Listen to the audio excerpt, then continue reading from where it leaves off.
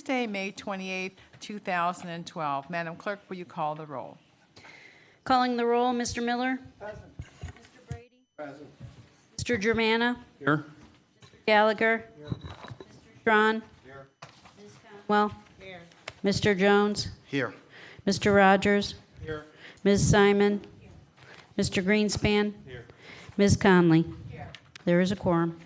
If you'd like to rise for the Pledge of Allegiance.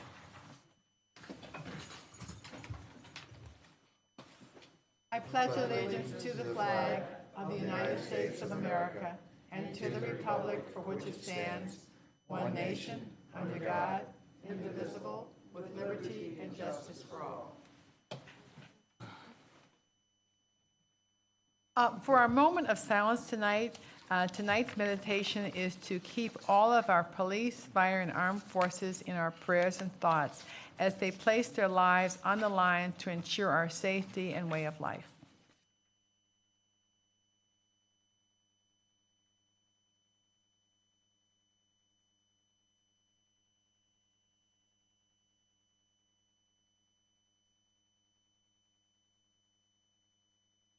Right, Madam Clerk, has anyone signed in for public comment related to the agenda? No, Madam Chair, no one has signed in. Item 6, approval of the minutes. The minutes of the meeting of April the 24th, 2012 have been circulated. If everyone has had an opportunity to read those minutes and review them, and if there are no corrections, I'll entertain a motion to approve them as read. Madam President, I move to approve the minutes.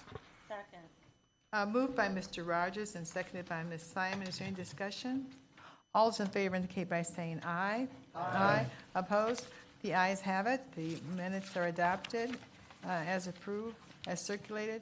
I have a couple of comments. I see in the back our new internal auditor, Ms. Valerie Harry. If you'd like to stand, this is her second day with us at the county, and she moved just from down the street. Actually, she was at the airport working with the city of Cleveland, so welcome, and we look forward to working with you. We have two students that I'd like to put on the spot and have them come to the microphone and introduce themselves. Matt, is it Dorek? Dorakak, you want to come to the microphone and introduce so everyone at your school can see you and tell us what school you're from and what you're doing and what you're going to be doing next year. I'll be attending Ohio State. The Ohio State University. The Ohio State University next year in Columbus. And I'm currently a senior at Strongsville High School, and I'm participating in this internship as part of my senior project. Okay, welcome, and we'd like to thank Mr. Gallagher for having you with us. Mm-hmm. All right, thank you. And Ben, you want to come up? Hello, everyone. I'm Ben Schumann. I'm a senior at St. Edward High School, and I'll be attending the Ohio State University next year. And I'm here shadowing Councilman Miller as part of my senior project, and it's great to be here. Thank you. All right, thank you. From the St. Edward High School to the Ohio State. That's where he graduated. All right, earlier, for those watching this presentation, earlier we had an opportunity to hear an excellent presentation update on the MedMart, so that is available online. I also would like to report the results of the Hunger Task Force Challenge that we made with the executive branch of government, and I am very proud to say that the County Council has won by a lot. The County Council raised a total of $560, and the executive branch raised $280. Oh, that's terrible. And we donated 45 pounds of food, and the executive branch contributed 21 pounds. So I'm not sure what the bet was. I think it was like dinner at Morton's for the entire council. Wasn't that it? Yeah, I'm sure that was it. So we'll be getting that invitation, I'm sure, sometime soon. And we will put it on our ethics report. I would It'll like be to under point, $100, trust me. I would like to point out that there will be an executive session at the end of the meeting, And we also have scheduled 2 town hall meetings to discuss the charter review process. There'll be one in, it's Olmsted Falls, or Olmsted Township? Olmsted Falls on June the 14th, and we'll have an East Slide location on June the 21st, and we have tentatively arranged to have that in Shaker Heights at the Stephanie Tubbs Jones Center at Lee and Chagrin. And that concludes my comments for the evening, and Mr. Fitzgerald. Thank you very much, Madam President. A few things quickly. I want to thank Council for its support, and also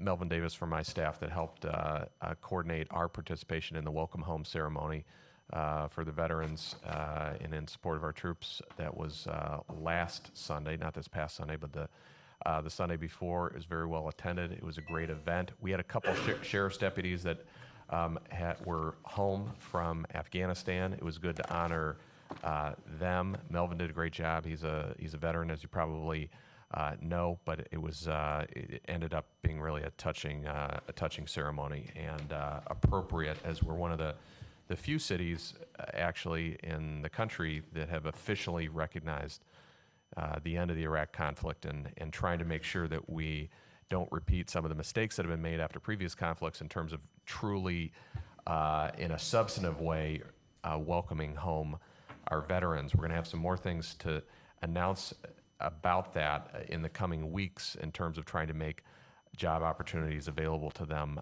with the county. A couple other items. One is I wanted to assure you that our examination of the proposed privatization or leasing of the operation of the Turnpike is continuing. There have been a couple developments on this. If you will recall, the Governor Kasich stated his preference that we go in that route, and there's some concern by some of the affected counties that there's going to be a rush to privatize the operations of the Turnpike. The state took the route of granting a contract, I believe, to KPMG, which started out being a $2 million study. Now it's up to a $3.3 million study, which is going to be completed sometime this summer. There are 13 counties that the Turnpike runs through from one end of the state to the other. We had announced that we were going to try to form a coalition of some of those counties, and we had a couple months ago. Those conversations have continued, and more counties have expressed an interest in participating in that. We started out with Summit County, Trumbull County, Mahoning County, Lorain County, and ourselves, but there are a number of other counties that actually reached out to us and said that they wanted to participate in some kind of deliberative process where we did our own study. So we're having a follow-up meeting, including Lucas County and some of the counties, Erie County, the counties out farther to the west. So we're having a meeting on May the 14th in the county administration building with some of those county commissioners to see if we can tell another side to the story before that decision is final. And I'll continue to update you with information on that as soon as I have it. In response to your specific request, Madam President, I will be providing a more formal timeline about what we would anticipate the process is going to be with the proposed property consolidation. Just so that council, I think, I think there is some perception, we've talked about this before, that decisions that have already been made, or they haven't been, but I wanted council to know in more detail at this point how many months we think it's going to take, and at what point council would have to make decisions on different items. And once again, you have my absolute commitment that council will be included in a timely manner before any decisions are made or included in those decisions. So our Public Works Department will be presenting that to you before the end of this week. There's a draft of it, and I just wanted to go over it myself personally to make sure that it has the level of detail that I think you're going to want. Also, I just thought I would note the casino, of course, is opening up a week from yesterday. I took a tour of it. Oh, by the way, one of the rooms they have there have different giant photos of celebrities that are from the Northeast Ohio area. So they have one of them was Halle Berry. Actually, at least I assumed it was Halle Berry. I don't. Maybe I shouldn't have assumed that's who it was. So you'll enjoy that if you haven't seen that. I have some points that I wanted to make regarding the disposition of the casino revenues that the county is going to be entitled to. Would you prefer that we have an item that's on the docket. Would you prefer that I wait until that time? Because I wanted to make some comments in support of what our theory is behind that. What's your preference, Madam Go ahead President? and do it now. I understand that all the council people represent various portions of the county, and none of the county council representatives represent downtown exclusively. A couple of you have parts of downtown in your districts, and some of you don't have any of that. I understand that.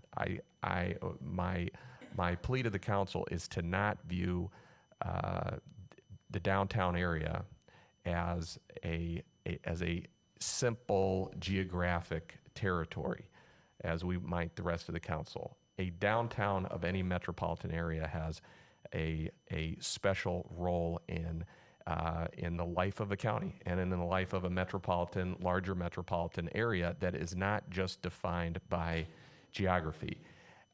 It doesn't matter where your council district is or where in this county that you live, your quality of life and the way that your community is perceived, whether you're an inner ring suburb or an outer ring suburb or a township, is in large part, or at least in significant part, defined by the health and the perception of the city itself, the core city itself, and the center of that city. And I think that's true all across the country. And as we have probably all said at different points in time, there is no such thing, I don't think, as a major metropolitan area which is considered a success if the core city is not thriving. We also have a number of facts that I would like the council to consider, and I'm sure it will be sent to council committee, of course, and there will be more deliberations there. I'll have another opportunity, hopefully, to speak to you as well as my development representatives from my development department. There's a couple things that I would also like to just bring to your attention. One is there is no council representative that doesn't have thousands of their constituents that don't use the facilities in downtown Cleveland or work in downtown Cleveland. There's approximately 100,000 people that work in the immediate downtown area and that commute into the downtown area from surrounding suburbs. About 72% of the employees in the downtown area of Cleveland live outside of the city of Cleveland. So what we do for the downtown area is a benefit for the surrounding areas. There's no question about it, and I think we need to keep that in mind. There also has been, I think, an unfortunate pattern in downtown development in the last, let's say, 30 to 40 years in Cleveland, where there will be a burst of activity in the downtown area, and there will be some celebration and self-congratulation about that activity, and then it withers away. Or it isn't connected to what's the next phase and then the phase after that and the phase after that. And as excited we are about what's happening with the casino and the medical mart and the East Bank of the Flats, there is a real need, I think, for us to, in the county in particular, to become a full partner in figuring out what happens next. How do we make sure that all of these assets are connected with each other? And how do we make sure that it's not a flash in the pan, and then 10 years from now, city and county leaders are talking about what are we going to do to try to have the next project in Cleveland that's going to revive things. One of the things that it really struck me, Madam President, when we, as you know, a few of us went out to the Pittsburgh area, Allegheny County, and met with their county leaders out there last week. One of the things that places like Indianapolis or Pittsburgh or Cincinnati has is you have a sense of connection of the assets that are there downtown. Part of it is just geography and density, but I was really struck by that when I was in downtown Pittsburgh. That is a problem that we're going to have. These great assets we have, if you go from the area that I have defined in this legislation, which is basically West 25th to East 25th approximately, and from the water's edge to the highway, there are fantastic assets, but it's a large area, and we have to figure out how in a very strategic and rational way these things fit together in an urban plan that really works, so that when people come to downtown, they have a sense of how these things fit together, and it really becomes a downtown district. We are required under the charter to make economic development a priority, and you cannot have a dynamic economic development plan that doesn't include downtown Cleveland. You can't do it. It can't be one little project here, scattered all over the place, all over the county. You do have to have a portion of your economic development plan that is place-based. And this is the central place where we are tonight, where we are right here. And I'm a suburban resident.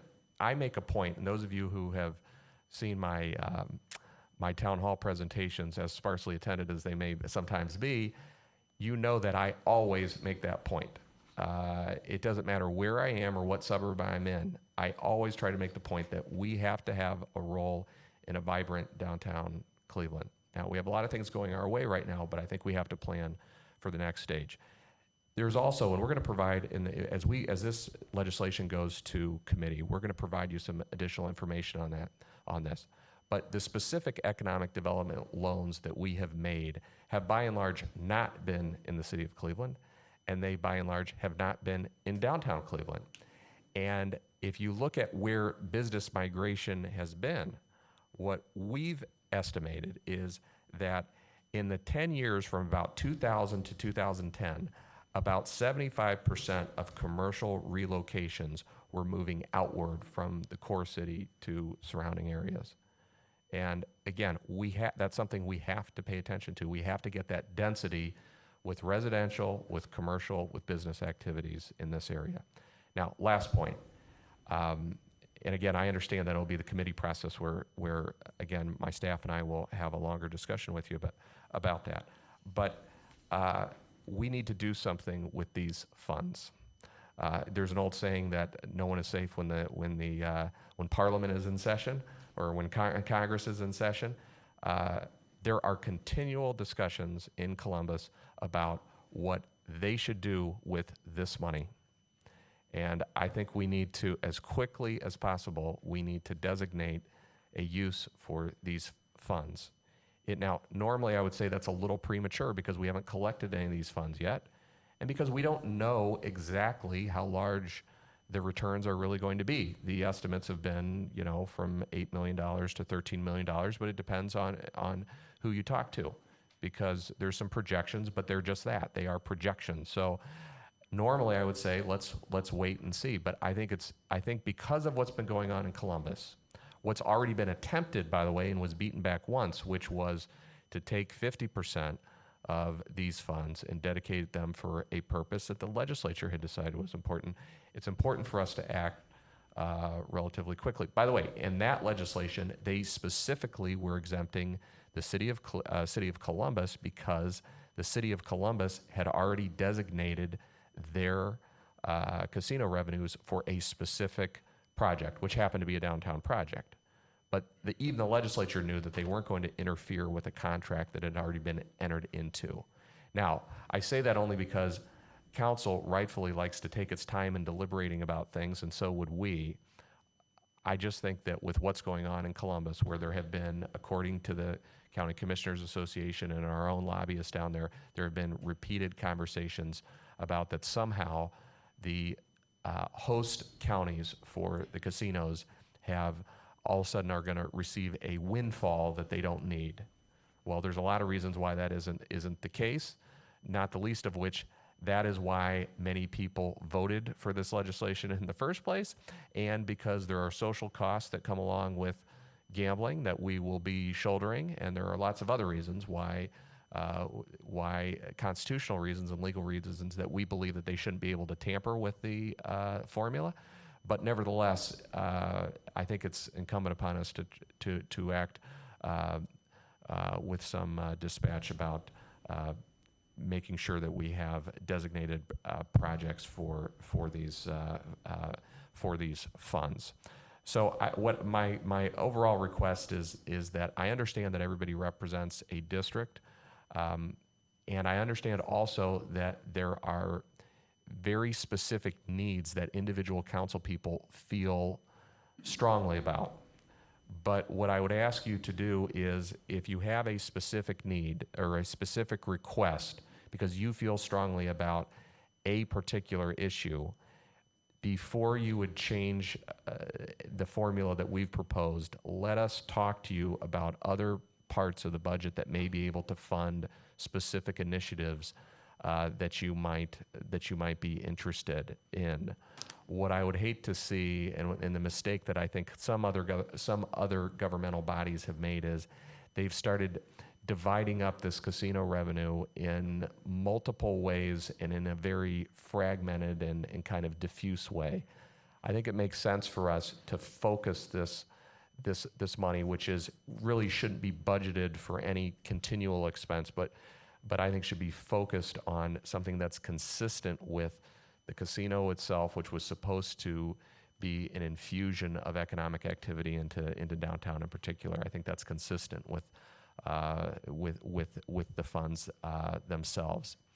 One other point I just want to make quickly, and I'm sorry to go on about it, but it's something I think is very important. I've talked about for more than a year, actually, that I thought that we should dedicate these funds for this purpose. The $100 million fund, which we're calling the Western Reserve Fund, which Council so graciously approved a few weeks ago, has no geographic restrictions on it.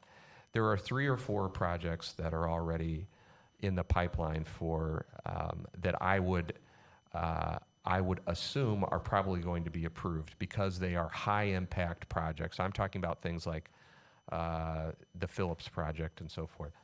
Most of those, and the exception is the AmTrust financial project. Most of those projects are outside the Cleveland area, and they're in suburbia, and so I think the likelihood is probably that most of that $100 million is probably going to be dispersed certainly outside the core area of the city. So I think it makes sense to take a much smaller amount of money, but still significant amount of money, and dedicate it to the downtown area. In particular, I think it's good for Cleveland. I think it's good for downtown Cleveland. I think it's good for the entire county, no matter where your constituents happen to reside. But we'll continue to provide as much information as we can as the committee process begins. Thank you very much. Okay, thank you. Item 9, consideration of motions of council for first reading referral to committee. Motion number 2012-0017, a motion confirming the county executive's reappointment of individuals to serve on the Cuyahoga Arts and Culture Board of Trustees and declaring the necessity that this motion become immediately effective. The individuals are Victoria Eaton Johnson and Sari Feldman. This matter will be referred to Human Resources under Ms. Conwell. Motion number 2012-0018, a motion confirming the county executive's appointment of individuals to serve on the Cuyahoga County Public Defender Commission and declaring the necessity that this motion become immediately effective. The 2 individuals are Phyllis L. Crocker and Gordon Friedman. This matter will go to Human Services, or Human Resources, I'm sorry, with Ms. Conwell. Item 10, committee reports and consideration of motions of council for second reading adoption or suspension of the rules. We need a motion to suspend the rules so that we can waive the 3rd reading. Ms. Simon? And I move we suspend the rules. Second. Moved by Ms. Simon and seconded by Mr. Gallagher to suspend the rules. All those in favor indicate by saying aye. Aye. Opposed? All right, the ayes have it. The rules are suspended. Item 0004. Motion number 2012-0004, a motion amending various rules of the Cuyahoga County Council and declaring the necessity that this motion become immediately effective. Move to adopt. Moved by Mr. Miller and seconded by Ms. Conwell. Is there any discussion on this? Madam President. Mr. Miller? I would like to move adoption of a substitute version which has been handed out. And I would assure everyone that the substitute version in no way changes any of the substance of what the Rules Committee had done. But in looking at the report that came out, two problems occurred. The first is that in the whereas clause, it mentioned making various changes to policy regarding recusal. However, we decided in the committee discussion to leave the recusal provision as is, so this just aligns the whereas clause. The second thing, and more important, is that the original version of the motion contained an added provision to be added to Rule 6B, which is the rule that allows the council to amend its own agenda. We decided in committee not to make that change, and in the form that it got voted out, Rule 6B in its entirety got crossed out, which would have had the effect of eliminating Rule 6B from the rules of council, something that we definitely don't want to do. So the substitute version corrects those two things, and the substitute version retains the two changes in the rules that were approved in committee.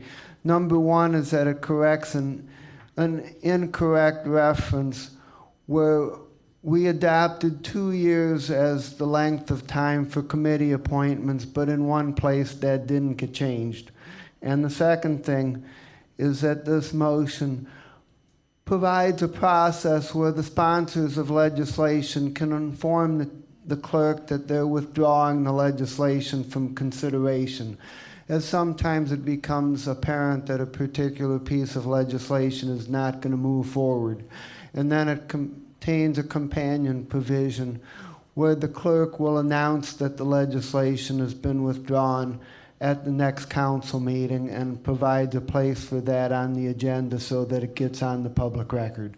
So I would ask if somebody could second the substitute. Second. All right, is any other discussion? Do we have to vote then to accept the substitute and then? Substitute Okay. and then on the merits. Okay, all right, it's moved and seconded to substitute the changes to the rule. Or is there any discussion on that? All right, all those in favor of the substitution indicate by saying aye. Aye. Opposed? All right, the ayes have it, it's so substituted. And then we have to vote on the merits of 00404 as substitute. Any discussion on that? All right, all those in favor indicate by saying aye. Aye. Opposed? All right, the ayes have it, the motion carries. All right, item 0015. Motion number 2012-0015, a motion confirming the county executive's appointment of various mayors to serve on the Cuyahoga County Planning Commission and declaring the necessity that this motion become immediately effective. The Honorable Daniel J. Ursu for the Hillcrest region, the Honorable Susan K. Infeld for the Heights region, the Honorable Michael P. Byrne for the South Central region, and the Honorable Kathy U. Mulcahy for the Chagrin Southeast region. Moved by Mr. Schrein and seconded by Ms. Conwell. Is there any discussion on these? Ms. Yes, Conwell? Madam Chair, I'd just like to say that the Human Resources Appointments and Equity Committee recommends that the following names be moved forward and confirmed for the Planning Commission. All right, any other discussion? All those in favor indicate by saying aye. Aye. Opposed? All right, the ayes have it. Item 0016. Motion number 2012-0016, a motion confirming the county executive's appointment of Bonita Tewan to serve on the Cuyahoga County Justice Center Building Committee and declaring the necessity that this motion become immediately effective. Move to adopt. Second. I moved by Mr. Schrein and seconded by Mr. Rogers. I'm not sure Ms. Tewan has time to do any more things. She wears so many hats. Any discussion? Is she here? I think she's. Yes, Madam Chair. She's here, I believe. The Justice Center serves as the center of operations for the legal and justice affairs of both the city of Cleveland and as well as the county. And a building committee was established by agreement with the city of Cleveland years ago. And so Director T. Wynn feels that since that is one of her tasks, she is most fitting for this committee, so we recommend her. And she does have many hats she wears. We discussed that in committee. Okay, if there's no other discussion, all those in favor indicate by saying aye. Aye. Opposed? All right, the ayes have it. Item 11, consideration of a resolution of council for first reading and referral to committee. Resolution number 2012-0076, a resolution authorizing the Office of Budget and Management to create a special fund for the purpose of accepting a deposit of funds in the amount of $211,018.26 from the Soldiers and Sailors Monument Support Group, directing that said funds be used for extraordinary maintenance and capital improvements for the Cuyahoga County Soldiers and Sailors Monument, and declaring the necessity that this resolution become immediately effective. This may be referred to finance and budget. This is something I've been fighting for ever since like last year. So this is some money that was raised by the support group and has not been in the possession of the county. And this ordinance will provide for it and set aside a certain fund so that it can be used for the Soldiers and Sailors Monument. All right, item 12, committee report and consideration of ordinances for second reading. Item 0004. Ordinance number 2012-0004, an ordinance amending the Cuyahoga County Code of Ethics as amended and declaring the necessity that this ordinance become immediately effective. This item will be moved to the May 22nd meeting for the third reading unless there's any other decision that is made at this time. All right, item 0008.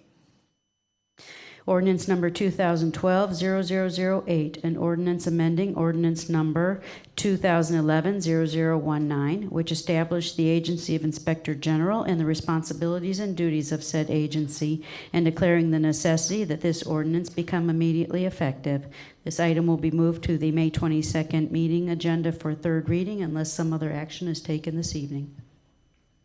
Thank you. Item 13, consideration of ordinances council for third reading adoption. Item 0056.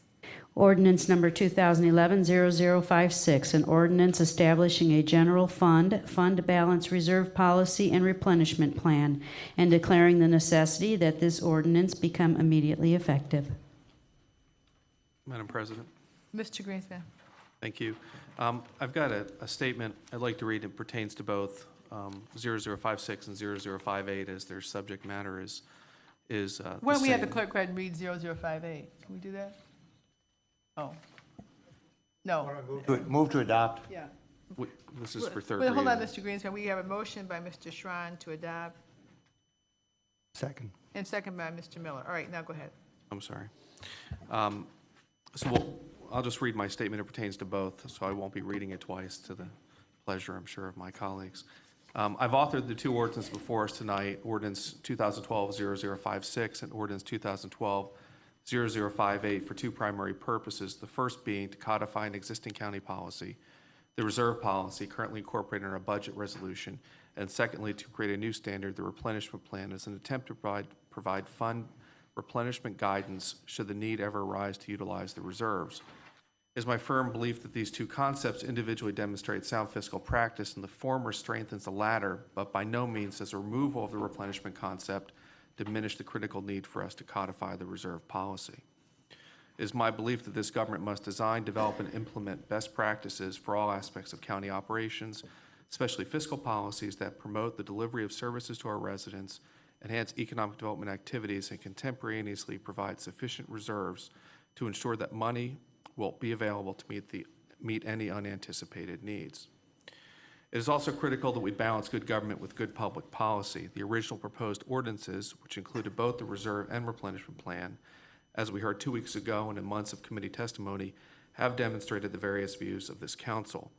I've stated in the past, healthy debate is essential for good government, and difference of opinion is required for good public policy, which we've had both on these ordinances.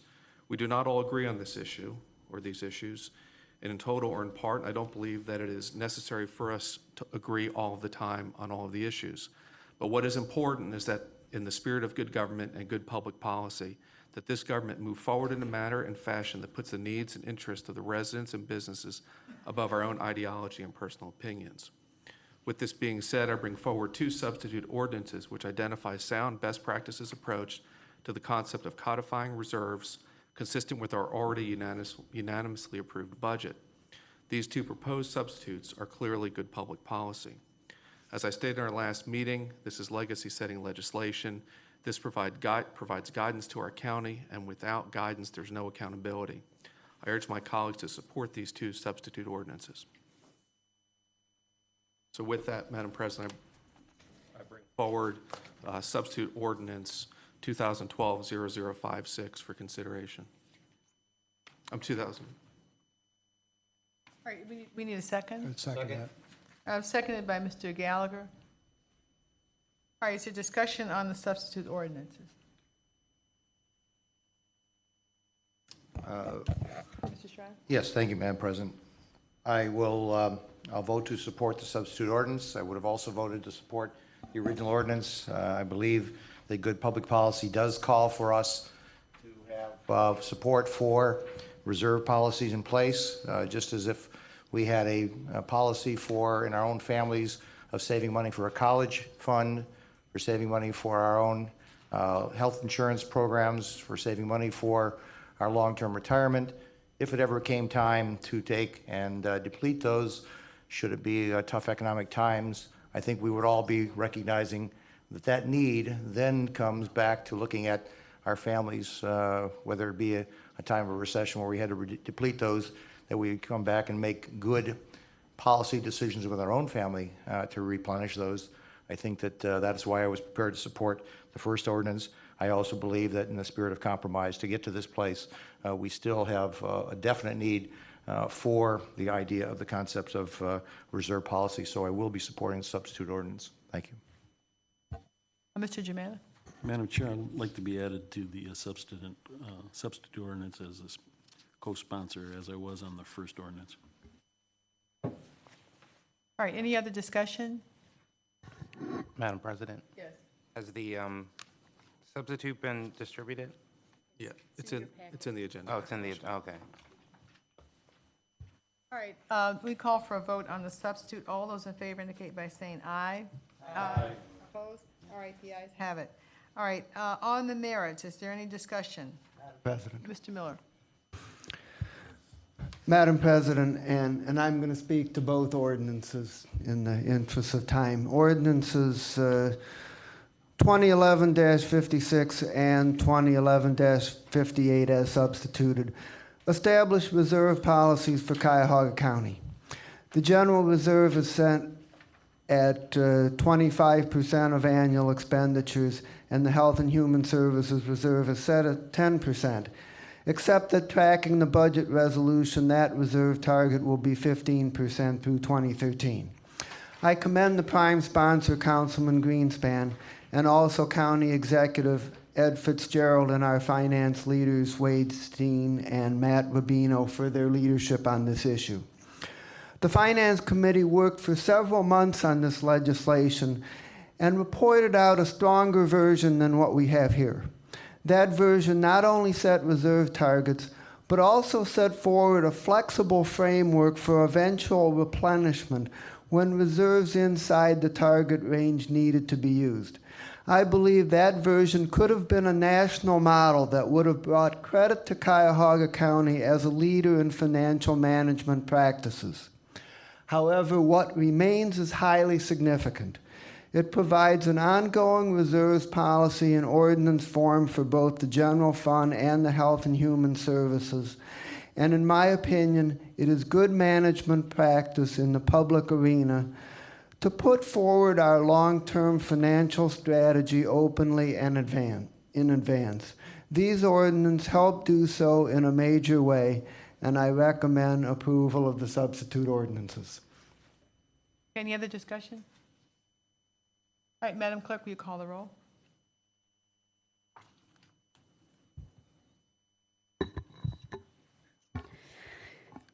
Calling the roll on the merits of the substitute ordinance. Mr. Miller? Yes. Mr. Brady? Yes. Mr. Germana? Mr. Gallagher? Mr. Schron? Yes. Ms. Conwell? Mr. Jones? Mr. Rogers? Yes. Ms. Simon? Yes. Mr. Greenspan? Yes. And Ms. Conley? Motion carries. Thank you. Item 0058. Additionally, Madam Chair, Mr. Gallagher has requested to be a sponsor on the substitute ordinance. President, Yes. my assumption is that if you co-sponsored the original ordinances, that would carry over to the substitute. But just in case it does not, I would ask my name be included on the substitutes as well. Mine too as well. And Ms. Conwell? And Mr. Germana? Okay. Okay. And Madam President, I'd like my name added to the general fund policy.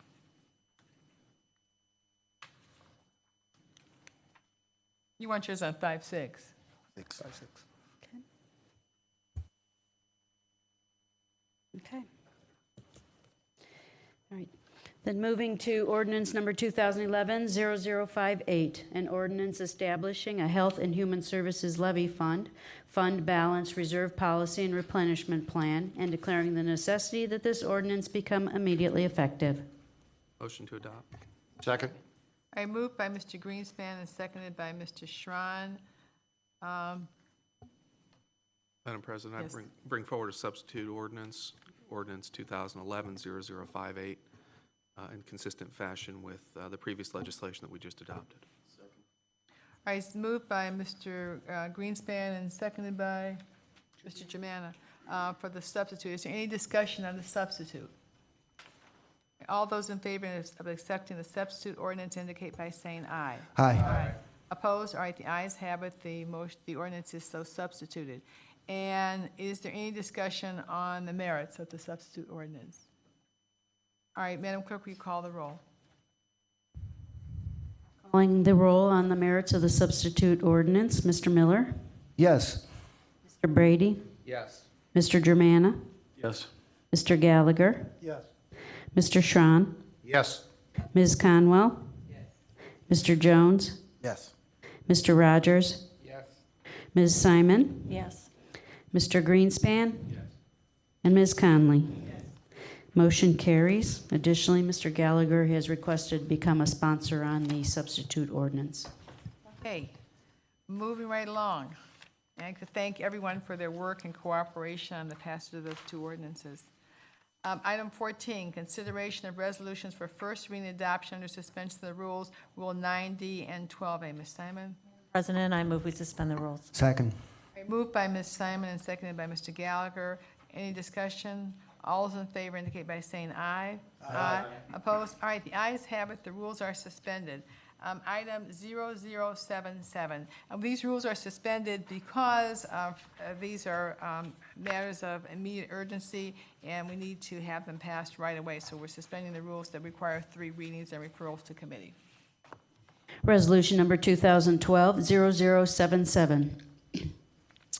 A resolution amending the 2012-2013 biennial operating budget for 2012 by providing for additional fiscal appropriations from the general fund and other funding sources in order to meet the budgetary needs of various county departments and declaring the necessity that this resolution become immediately effective. Adopt. Moved by Mr. Miller and seconded by Ms. Conwell. Is there any discussion on these particular items? Madam President. Miller. Madam President, this item contains only one provision, which is the appropriation of the money that we've received for the summer jobs program, which, given how close we are to summer, it's a matter of urgency, and we got to move on it quickly. However, I would ask if some appropriate person from the administration could provide us some detail and color on how this program is going to be administered. Mr. Gartner, I think Mr. Miller has asked the question that everyone on council has, so. Thank you, Madam President. To members of council, at the beginning of last week, Cuyahoga County received notification from the state that it would get, or has received an allocation of $3.5 million towards summer youth employment. These funds will be administered in a cooperative fashion by the county's Department of Employment and Family Services and the county's Department of Workforce Development. The Department of Workforce Development had some months ago issued an RFP that included summer employment. There were initial awards made and approved by council under that RFP. It is their intent to recommend to council amendments to those contracts that would allow for the implementation of the summer youth program. Generally speaking, and even today, we're still working through the budgets. There are some costs related to the administration of the program that cannot be covered by the state's allocation. The state's allocation is exclusively made up of federal TANF dollars. There are costs such as eligibility and other aspects of administration that are not federally reimbursable. And that variance accounts for, I believe, an additional $250,000 above the $3.5 million that I believe is reflected in the actions that council is contemplating taking this evening. We believe that the total number of jobs created will be in excess of 1,700, but even today, folks, we're still working on their budgets. We don't today have a final number to share with council, though I do know that the Department of Workforce Development intends to be bringing these contract amendments to council, and that we will have such information at that time. There are, generally speaking, two components, if you will. One component of the program will address youth ages 14 to 18. It's anticipated that such youth will work approximately 140 hours over the course of employment, being paid at a minimum wage.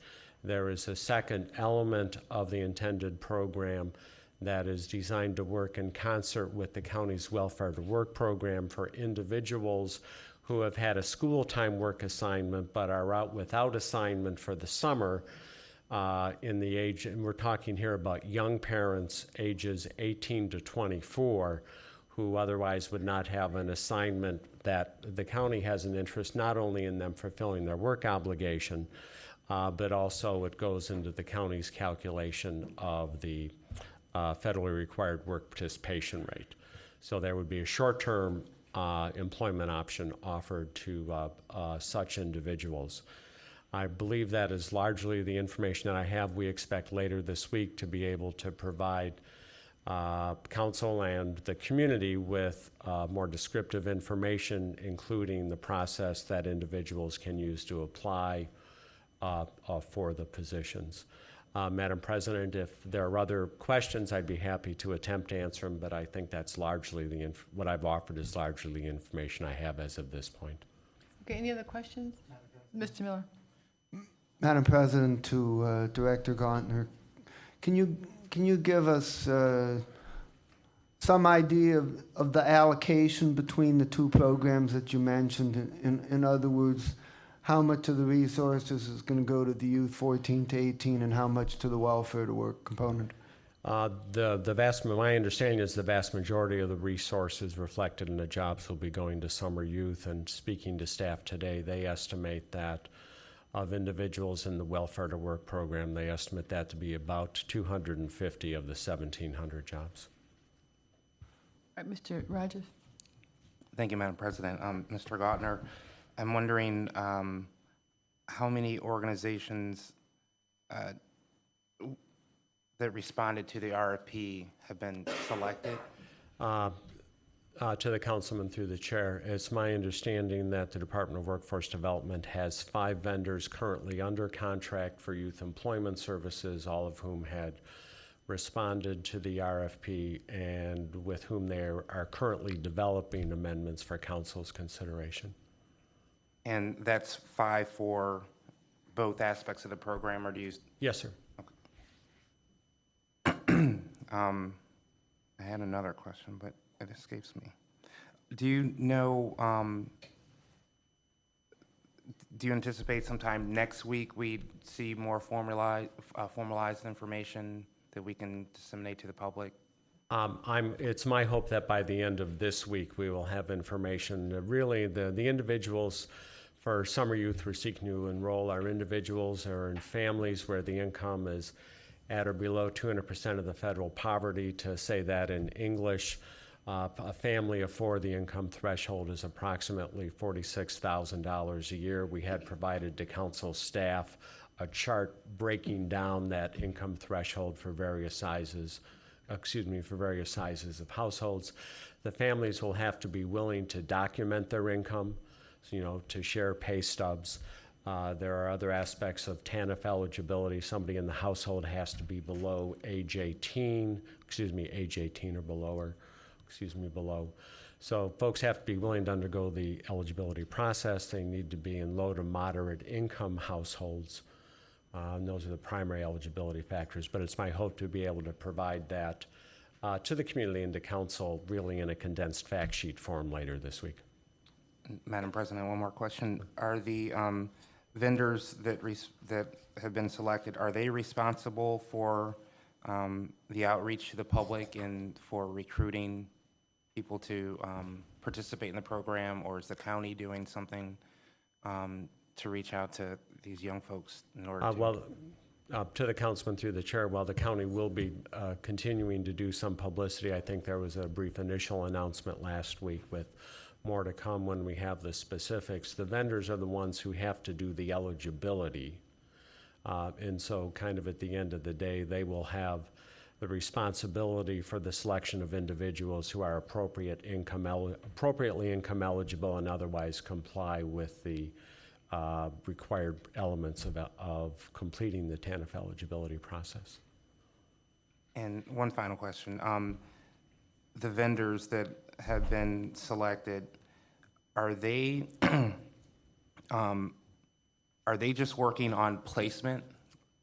Can you kind of describe their function? Do they identify jobs and then field these young people into those positions?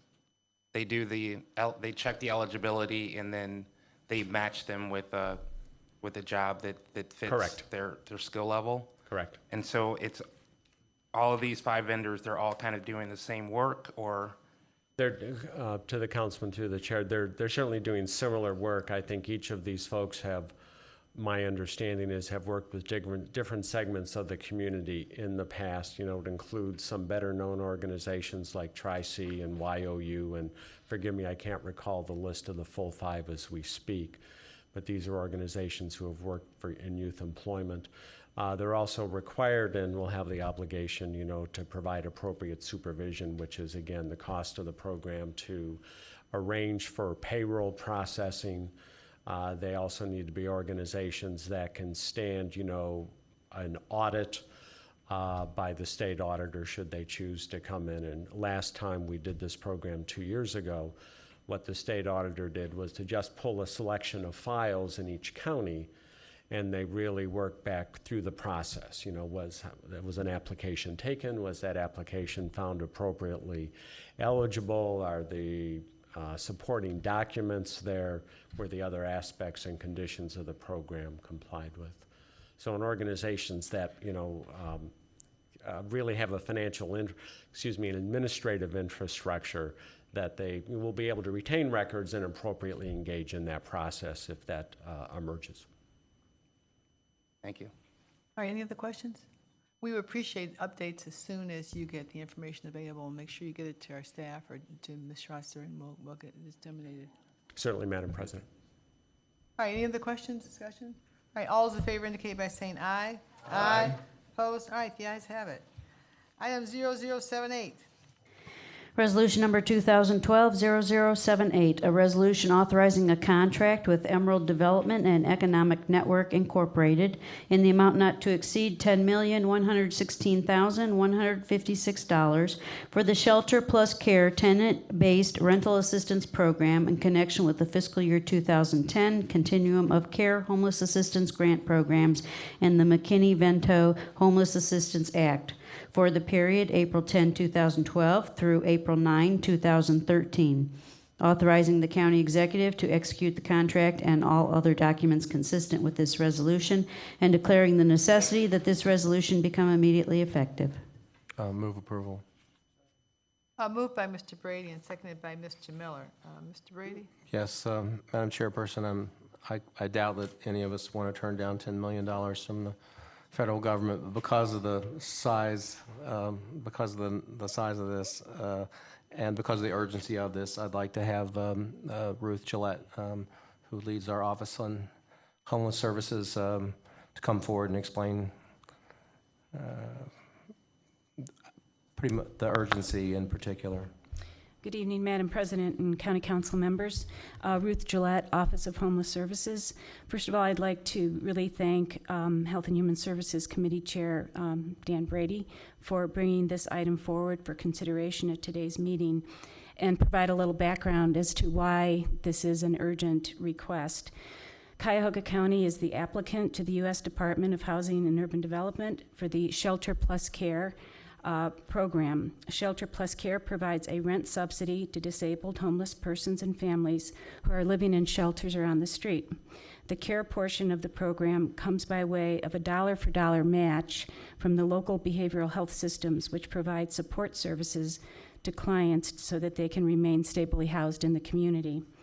This current contract, which has been submitted for approval, provides an ongoing rent subsidy. So this is a renewal of existing funds, and so people are living in the units in the community as we speak. It provides an annual rent subsidy on over 1,400 units.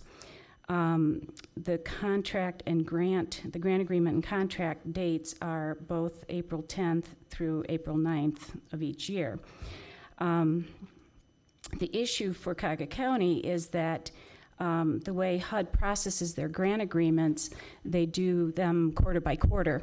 And so because this grant starts in the second quarter, we don't receive the grant agreement. This year we received it on April the 9th, which is the day before the contract would start. And so we are in the position of having to meet our local fiscal and legal responsibilities to officially accept the grant, set up an index code, appropriate the funds, and go through our local processes to approve a contract. And meanwhile, the agency, Eden, is in the position of having to issue a rent check on May 1st. So, you know, what happens is the agency must utilize their line of credit in order for us to come through and do the paperwork that we need to do to maintain the funding for the rents. And so, you know, I really appreciate the fact that council is willing to consider this as an emergency kind of item, and to approve it in one reading. So. Mr. Brady, or any other comment, other questions? Ms. Gillette? No, we need to pay the bills. All right, thank you very much. Thank you very much. All right, if there's no further discussion, all those in favor indicate by saying aye. Aye. Opposed? All right, the ayes have it. Resolution's adopted. Item 15, consideration of resolution for first reading and referral to committee. Item 0079.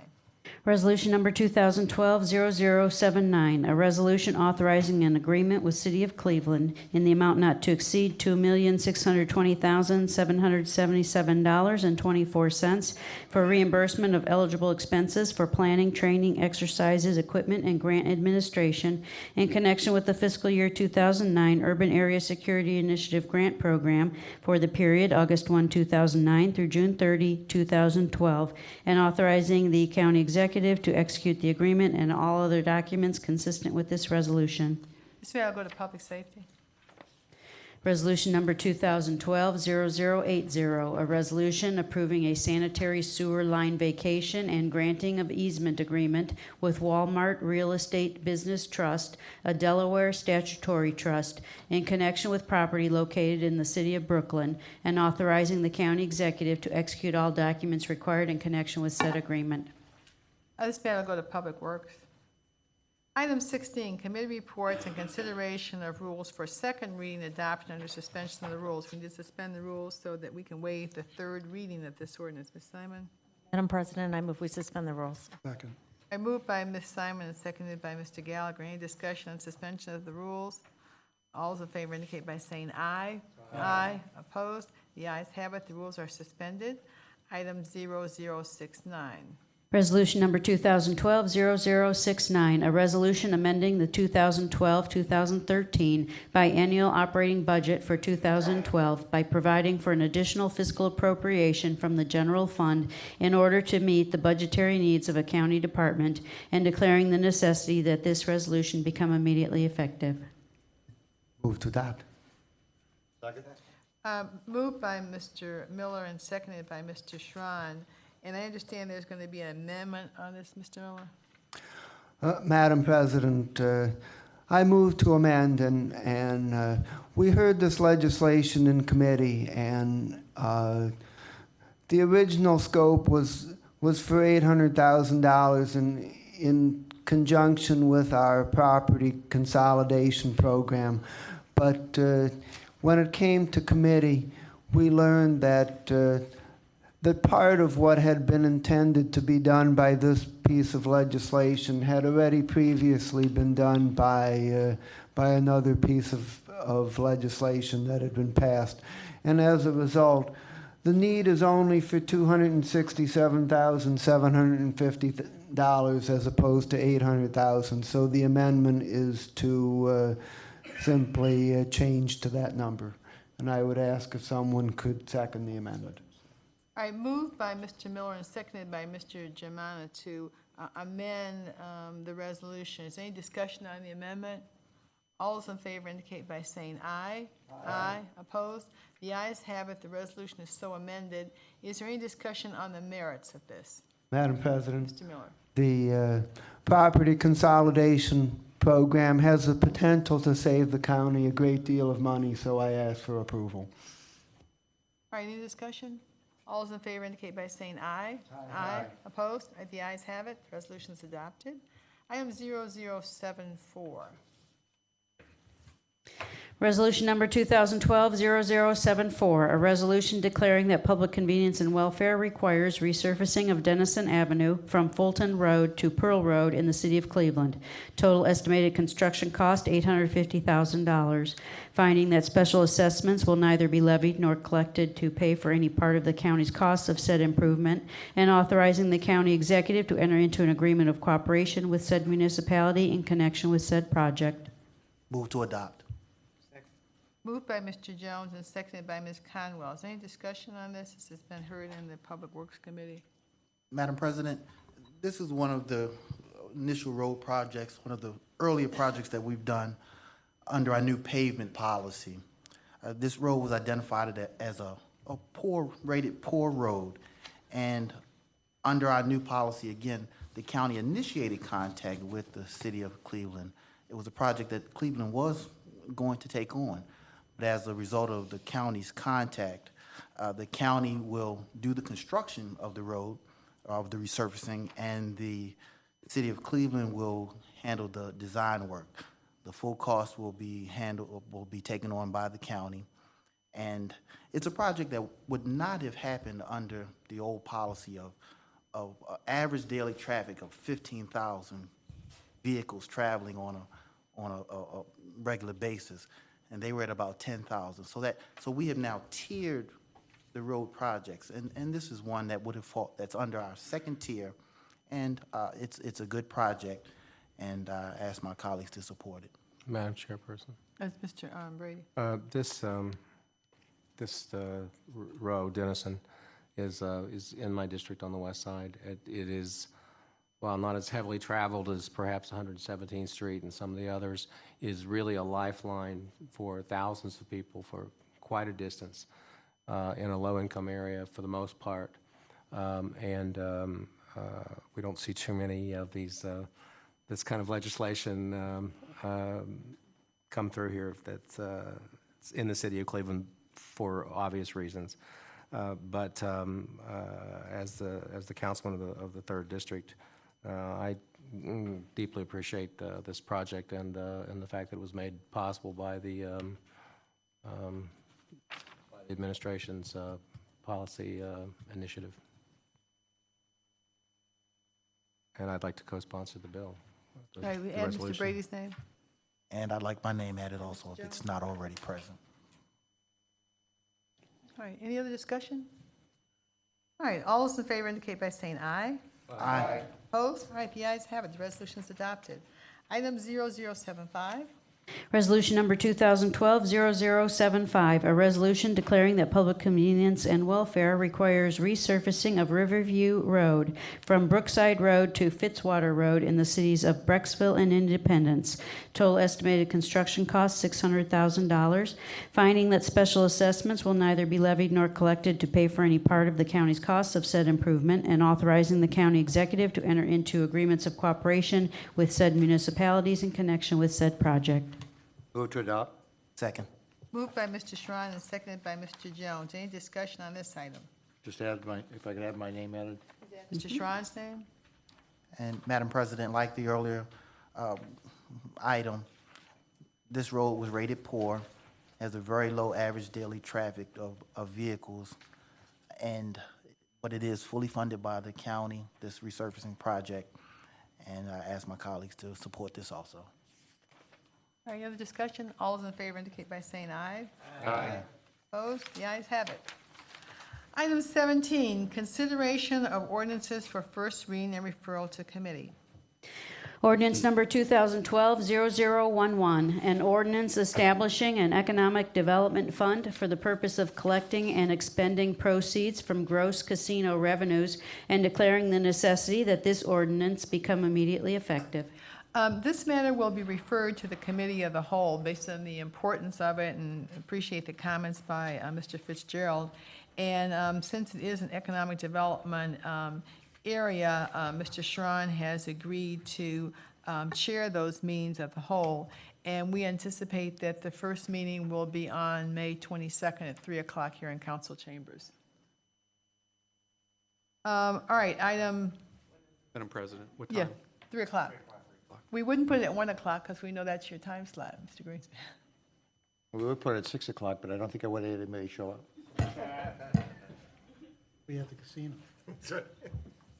Ordinance number 2012-0012, an ordinance establishing the Department of Information Technology under the direction of a Chief Information Officer who shall serve at the pleasure of the county executive, and declaring the necessity that this ordinance become immediately effective. And that matter will go to Finance and Budget.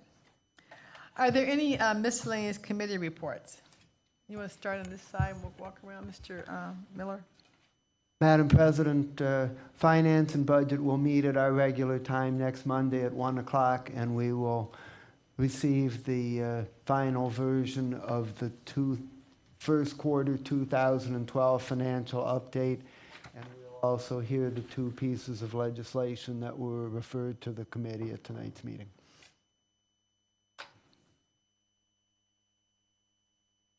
All right, any other miscellaneous business? Yes.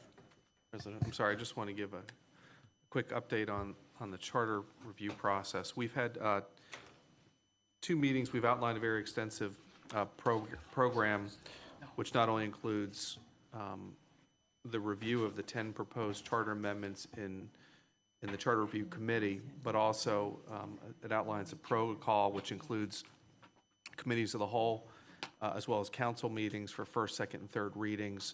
And as Council President Conley said, it also includes 2 town hall meetings, 1 east and 1 west, to properly vet the process and the proposed charter amendments as they are identified. It's anticipated, according to the schedule, if we're able to keep to it, and so far we've been very diligent in that respect, to have these for third reading on August 14th. So between now and August 14th, there's a lot of work to be done. Just to give an update, we've had 5 proposed amendments, charter amendments discussed in committee. The process is that we will determine in committee if the items meet one of 4 criteria, one being sent to the law director for resolution drafting to come back to the Charter Review Committee for review, 1 that it be deferred to the Charter Review Commission Another, to identify if the proposal may be able to be addressed by legislation. And then finally, if the fourth item would be that no action would be requested from the committee, and then it go to a minority report to be submitted to the committee of the whole for review, so the item is at least brought to some form of resolution. The three items that have been sent to the Law Department for resolution drafting for charter language is a clarification of the appointing authorities, which is item number 1. Item number 5 relates to the Board of Revisions, and item number 6 relates to the HRC appointments. 2 items were referred to the Charter Review Commission, which will be appointed in September. One has to do with HRC clarification, and the other has to do with the agency of the Inspector General. So once again, we will be vetting these out for the next few weeks in committee. We'll have committee of the whole beginning in June and moving through the process that way. I want the council to know that just because an item might not be referred to the Law Department for drafting of a resolution for charter language does not mean that the committee of the whole is precluded from doing that as well if an item is deemed to be of an urgent matter. So I just wanted to give you an update on where we are with those, where we are with the charter review process. Thank you, Mr. Greenspan. Mr. Germano? Thank you, Madam Chair. Last week we had a forum at the Great Lakes Science Center that was hosted by Kaiser, having to do with HBO's documentary that's going to be shown on the 14th and 15th of May on the Weight of the Nation. Our county is prominently referred to in this endeavor. We saw a sneak preview of a portion of it, and I think for the public to understand that you do not have to have HBO to be able to view this. You don't have to be a subscriber. It's going to be able to be viewed by on regular TV, and it certainly is going to point out the need for cooperation of all segments of government and the health industry, because it's a serious, serious problem. Thank you. Do you know when that's going to air? It's May 14th and May 15th. All right, anything else, Mr. Jones? Madam President, the Public Works Committee meeting will meet this Thursday at 11 to deal with the items referred to committee today, and also to bring the committee up to speed on the Economic Inclusion Task Force. We also have the disparity legislation in committee, and we just want to have a discussion around it, bring the committee up to speed as to what the task force is about and its objectives. Thank you. Thank you. Anything else? All right, any public comment unrelated to the agenda? Anyone signed in for public comment? Madam President, no one has signed in. All right, this time we're going to have an executive session. All meetings of the Cuyahoga County Council are open to the public under the Ohio Open Meetings Law. Under that law, council may go into executive session during the meeting for specifically authorized purposes. During executive session, council confers outside the hearing of the public. Council may not make any decisions about any matters in executive session. All decisions are made in public. This evening, council will go into executive session to discuss pending litigation. During this time, our stream will be down, and we will ask those who are not specifically needed for the executive session to leave council chambers. Anyone may re-enter the meeting once the executive session is ended. Is there a motion to go into executive session for the purpose of discussing pending litigation? Moved by Mr. Germana and seconded by Mr. Miller. All right, Madam Clerk, will you call the roll? Moving to executive session, Mr. Miller? Yes. Mr. Brady? Mr. Germana? Yes. Mr. Gallagher? Yes. Mr. Schron? Yes. Ms. Conwell? Yes. Mr. Jones? Yes. Mr. Rogers? Yes. Ms. Simon? Yes. Mr. Greenspan? Yes. Ms. Conley? Yes, the ayes have it, and we will go into executive session. At this time, we will announce that Ms. Nora Hurley, Mr. Majid Makuf, Ms. Barbara Marlborough, and I believe Mr. Joseph Boatwright will be included in the session, in addition to Mr. Fitzgerald. Yeah, it's about the